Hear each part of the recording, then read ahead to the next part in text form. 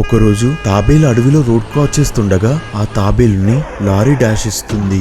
అలా తాబేలుకి గాయాలవుతాయి. ఇది చూసిన తన మిత్రుడు కుందేలు పరిగెత్తుకుంటూ వస్తూ రక్తంతో తడిసి ఉన్న తన మిత్రుడు తాబేలును చూసి షాక్ అవుతుంది.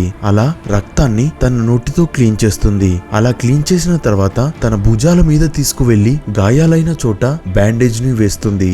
అలా తాబేలు కొంచెం రికవరీ అవ్వగానే సముద్రంలోకి విడిచిపెడుతుంది. అలా కొన్ని రోజుల తర్వాత ఫుల్ గా వర్షం పడడంతో కుందేలు తడుస్తూ ఉండిపోతుంది. తినడానికి ఫుడ్ కూడా దొరకలేదు. వర్షం ఇంకా ఎక్కువైపోవడంతో ఏడుస్తూ బాటిల్ ని పట్టుకొని స్విమ్ చేస్తూ ఉంటుంది. ఇదంతా చూస్తున్న తన మిత్రుడు తాబేలు కుందేలును తన మీద కూర్చోబెట్టుకొని ఒడ్డుకు తీసుకువెళ్లిపోతుంది. అలా ఒకరికొకరు సాయం చేసుకొని వాళ్ళ లైఫ్స్ ని కాపాడుకున్నారు. మోరల్ ఆఫ్ ద స్టోరీ ఏమిటంటే ఎవరైనా ఆపదలో ఉన్నప్పుడు సహాయం చేస్తే మనం కూడా ఏదో రూపకంలో సహాయాన్ని పొందుతాం.